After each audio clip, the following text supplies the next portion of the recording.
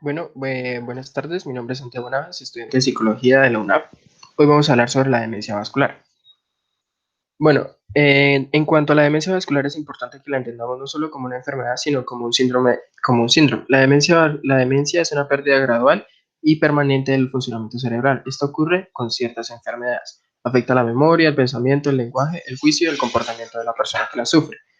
En cuanto a la epidemiología, la enfermedad vascular es contribuyente del 25 al 50% de los casos de demencia que se presentan. Y es el segundo tipo de frecuencia de demencia más frecuente. La demencia vascular por sí sola es rara y poco común. Ocurre un 10% de los casos de demencia que se encuentran que se encuentran, y la más frecuente es la demencia de etiología múltiple.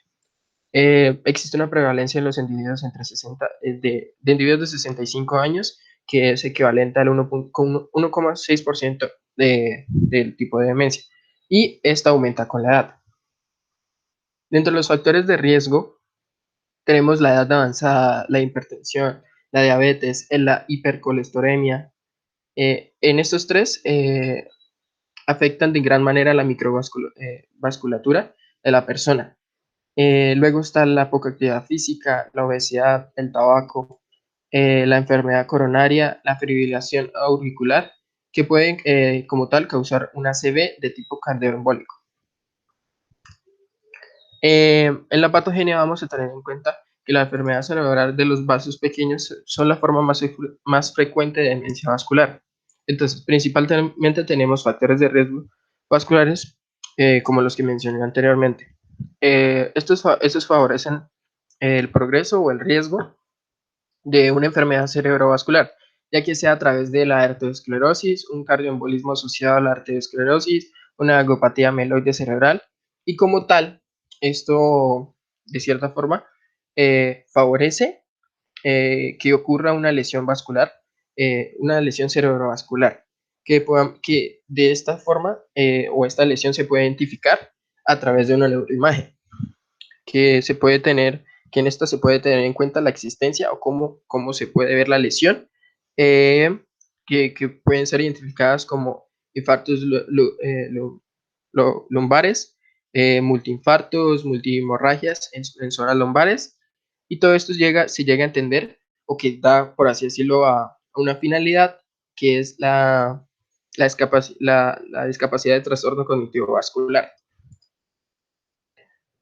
Ok, la aterosclerosis es el tipo más común de enfermedad de vasos pequeños cerebrales, y como tal, la aterosclerosis asociada a un envejecimiento, a la hipertensión arterial, a los factores de riesgo vasculares convencionales, estas favorecen la lipohialinosis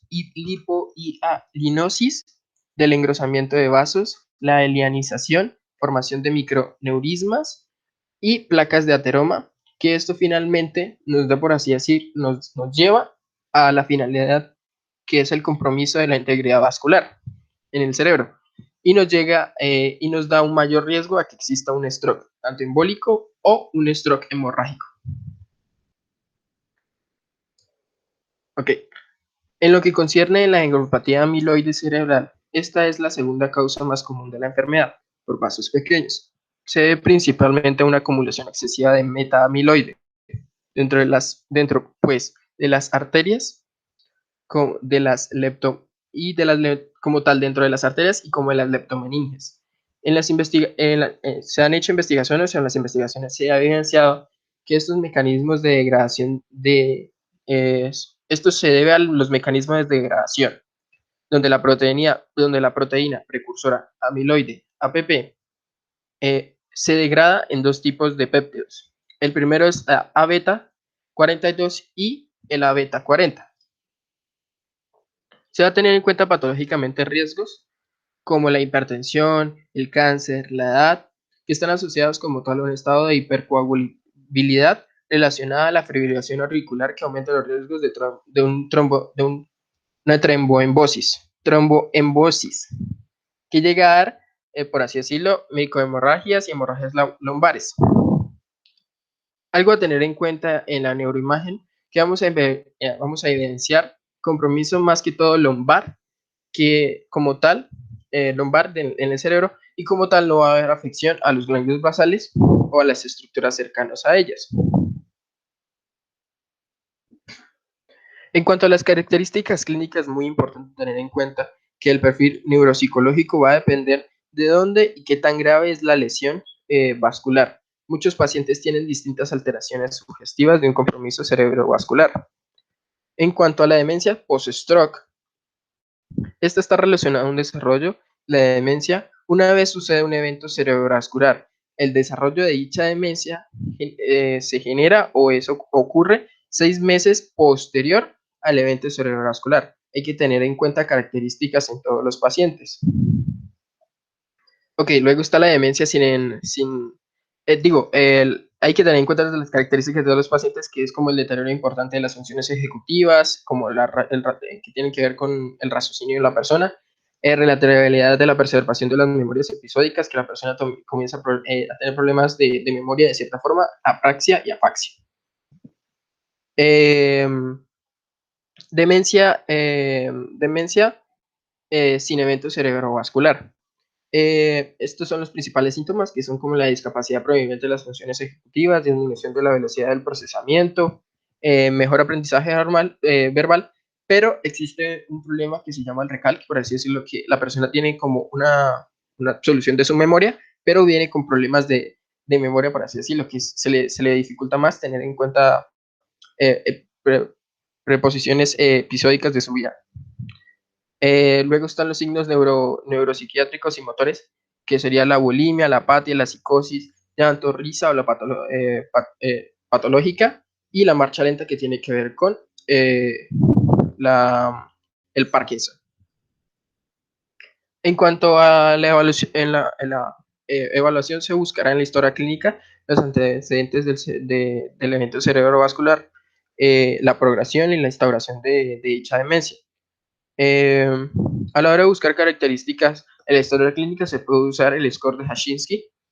Este depende del juicio clínico que para ser evaluado. De acuerdo a esto se puede tener en cuenta el comienzo de qué tan fuerte fue el comienzo de la demencia, el deterioro escalonado, o sea, que sí fue empeorando poco a poco, o la historia de la hipertensión arterial de la persona, que cómo se ha presentado, que si han existido hemorragias, microhemorragias en el cerebro, cosas por el estilo.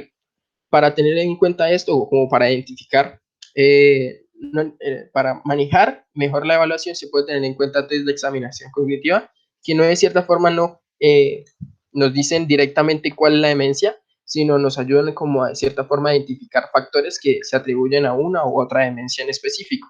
Está la examinación física de la persona, lo que tiene que ver con su alimentación, su estado de su estado físico y tanto de salud, y la neuroimagen, que como nos hemos dado cuenta a lo largo de este proceso, es importante tenerla en cuenta porque nos ayuda a identificar en qué partes y cómo se está presentando las lesiones o qué tipo de lesiones se están presentando en la persona. Bueno, eso sería más o menos todo de mi biografía, la que utilicé. Espero que les hubiese servido de cierta forma este video para entender un poco más la demencia vascular. Muchísimas gracias.